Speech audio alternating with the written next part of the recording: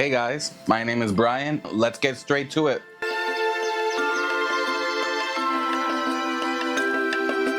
Now, if you're here on this video specifically, then you must be wondering how to acquire vinyl records for cheaper. As we all know, those in the vinyl community, and if you don't know, grab a snack, sit down, because I'm going to be explaining my methods on how I buy vinyl cheaper. Now we know vinyl can be very expensive, so much so that if you look back in the day, you can literally pinpoint the prices at a staggering before and after. Back in the day, in the 80s, when it was big boom of vinyl, you could buy these records much cheaper. Granted, they were cheaper because they were more massively distributed. You didn't necessarily need quality in a sense because everyone was playing it, so it wasn't that big of a focus because it was so massively produced. So it wasn't taken into account or consideration. That being said, vinyl is still very expensive. I don't know why we need to pay $30 for one album.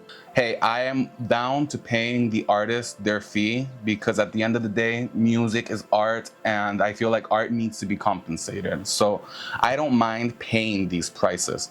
More so for all of y'all who are watching who can't afford, or more so like me who can't afford to buy these all the time. I'm gonna show y'all my tips on how I buy these in bunch for basically zilch. So without further ado, let's start with tip number one: record stores bargain bins. Admittedly, this doesn't really apply to me that much because I really don't have a lot of record stores around my area. So these bargain bins in these record stores provide a wide variety of a lot of options that you don't really not really looking for. Very obscure or old music, which hey, whoever's taste is that's perfect because they have them. However, for those who aren't necessarily looking for more obscure music and are looking for rather more mainstream, these bins also do work. You just had to have patience. Patience is key, but I'd say that's the slogan with all of it. Basically, you need to have patience with all of these methods I'm about to tell y'all because it really does require patience because you have to keep looking, seeing. It's not a matter of I see, I get.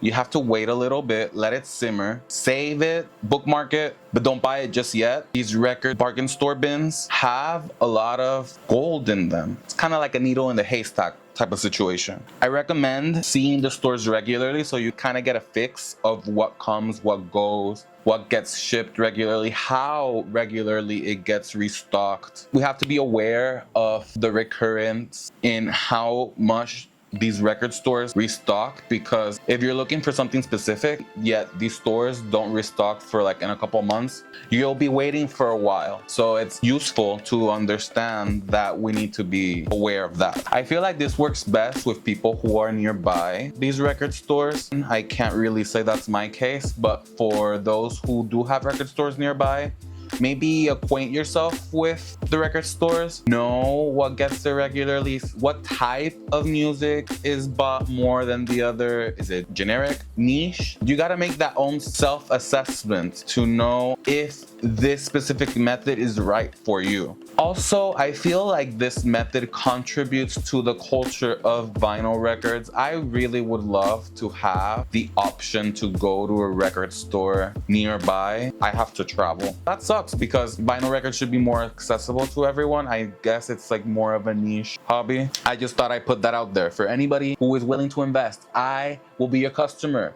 Please. Another method that I do recommend when buying records and see if there are cheaper alternatives, to go thrift shopping. I guess it's not the best method if you're looking for more modern music, as thrift stores tend to have vintage items and that does extend to their record collection.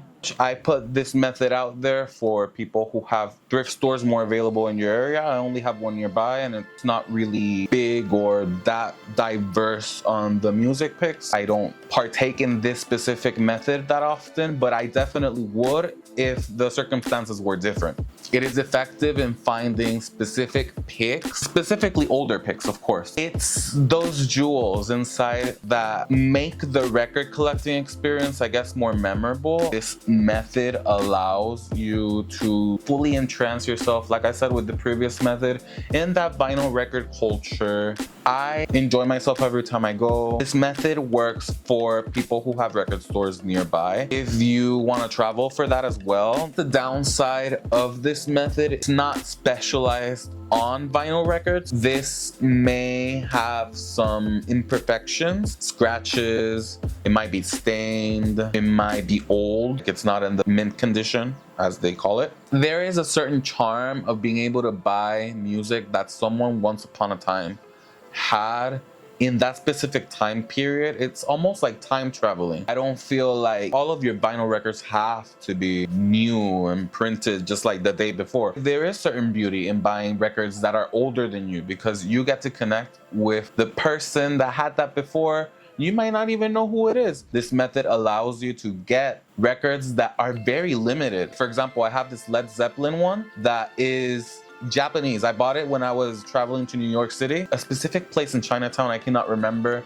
but there was this record store. I noticed that when I opened it, it was Japanese. So it was a Japanese version of its time. So it's not only from the 70s, it's also Japanese, which is crazy. I guess it's a minor detail if you're not that obsessed over this. If you are like me, those details really make this experience more fun. That's something to keep in mind. Moving on to the next method, Facebook Marketplace. I must admit, this is a more specific place to buy vinyls. I did put this method out there because I bought some vinyls from Facebook Marketplace at an affordable price. I got one that was probably around the same price, and the other one I got for cheaper. So it is a landmine of cheap options. These people that are putting it in Facebook Marketplace are probably desperate to get rid of every single record they have on their hands. So when they sell them, they probably sell them for the same price or cheaper. You have to be more discerning with the people you talk to. It can be rather shady. Word of advice from me, if you are buying from Facebook Marketplace,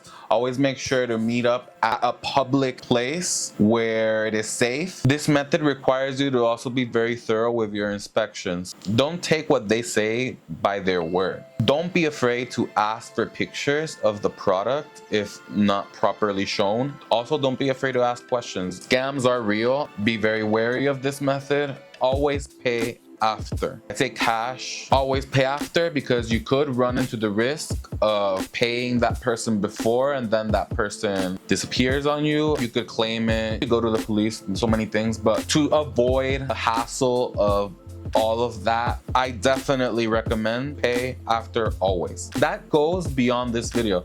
That goes for everything in life. Finally, we have our last method, Amazon, eBay, or Walmart. This, I guess, extends to other stores like Target and such, but this is just how I buy them. I personally stray away from eBay. They're good discs, but they're like limited, more expensive usually than the ones on Amazon. That's like a deep rabbit hole that I don't want to get into, because then I'll be more broke. That's how I started when record collecting got more serious. I initially started buying from stores. Amazon tends to be my primary source of buying vinyl. It's the most convenient, as I have said before. As being the most convenient allows me to buy them and not have to travel. This method allows you to choose between a wide variety of choices. These stores, their primary focus is to sell. Since these are not vinyl record stores, they don't specialize in that, meaning they don't prioritize them. Your vinyl might come scrunched on the corner. It's imperfect. It was bent on the side. That's a risk you have to take if you are into collecting but really don't have the resources to afford the other methods. I also say patience is very necessary with this method, because it allows you to potentially buy your vinyl records that are on your ISO, makes you be able to buy them for cheaper. Let's say you want X vinyl. That vinyl that you want specifically is at a set amount of price that as a customer you don't necessarily want to pay. This method allows you to continue stocking that record that you want, because sometimes Amazon does this beautiful thing. I feel like they should do this more often. The sales they do sometimes, I gotta give it to them. They're sometimes amazing. You get sales sales that are a mockery because they're not really sales. But that's why I said patience is key, because if you continuously review them, that specific vinyl that you want, maybe you can get it for like $10. It's happened to me multiple times where I have stocked X amount of records that I want. I buy them when Amazon decides to sell them for cheaper. And this happens regularly, so you have to stock your vinyls. I recommend it heavily. You might get some really good deals with this. You just need a little bit of customer savvy. You'll get that with time as your record collection expands. Also, another thing about buying from these stores is that sometimes you don't know the pressing itself. They don't mention it. They'll have the record on display, but they won't have the record per se. When you buy this vinyl, you don't know or have a guarantee of what color it may be. If you are a color variant specific type of vinyl collector, this is something to keep in mind. You might want a specific variant, but then you search for X variant and then you don't get necessarily what you want. It's happened to me before. Sometimes I want a specific pressing and I buy it on Amazon. It's not that deep for me. Sometimes it's nice to have colored variants, so kind of like a bummer when you get it and it's not. Also, for the inverse, so when you're buying, let's say like Walmart or Target, these stores sometimes don't label the color of the vinyl, so you may be expecting standard black. But then when you look at it, it's a colored pressing, which is quite a nice surprise. I always love this outcome. It gets a genuine reaction out of me. That's why I like doing the hauls, because it allows me to in real time show y'all the emotion that this taxing hobby might add makes me feel. I felt the need to make this video because as someone who buys vinyl regularly and quite often, I feel like these tools are important for people that want to preserve music and they want to buy it physical. They don't want to conform to Spotify or Apple Music, where they can just restrict whatever music that they have on their platform, and just like that, you can't listen to your favorite album anymore. It's kind of dystopian and scary, not gonna lie. The exact reason why I'm even doing this. I'm a huge advocate for physical music. If you want a sign or a reason or someone to tell you to go out there and get yourself either a CD player or a record player, or a cassette player maybe even, I heavily recommend you do so. I have this sinking feeling that streaming is going to become more inconsistent in the future. Now, these are my methods of buying vinyl for cheaper. If this has helped you in any way, I'm happy. Saying cheaper is relative, because at the end of the day, price and the value, you determine that yourself. It's to provide context to the people out there who do want to buy but are on a strict budget, like me. That being said, these methods have helped regulate my impulsive purchases in the past. Also helped me not wrap myself out. There are some amazing records out there and sales that we aren't even aware of at times. This hobby has helped me to become a little less impatient, to go with the tide. That is a great lesson that we can take from applying these methods, that patience is needed. Even outside of this, it's also very much needed in this hobby. The balance is necessary. I am still paying debt. We put these methods into play, we help reduce the impact of it all. It's like when I present my hauls, usually these records, I get them on bulk for cheaper because I do implement the strategies that I just explained in this video. It really helps me to buy more for less, basically. Because remember, it's about working smarter, not harder. That would be all for this video. If you liked this video and it helped you, please let me know down in the comments. If you like this content and you want to see more vinyl, more music content, click the like and subscribe button. Click on the notification bell so you don't miss a single thing. Thank you so very much, guys. I really appreciate the support. Thank you so much, guys. I hope this has been much of help. I'll see you next time. My barber popped off.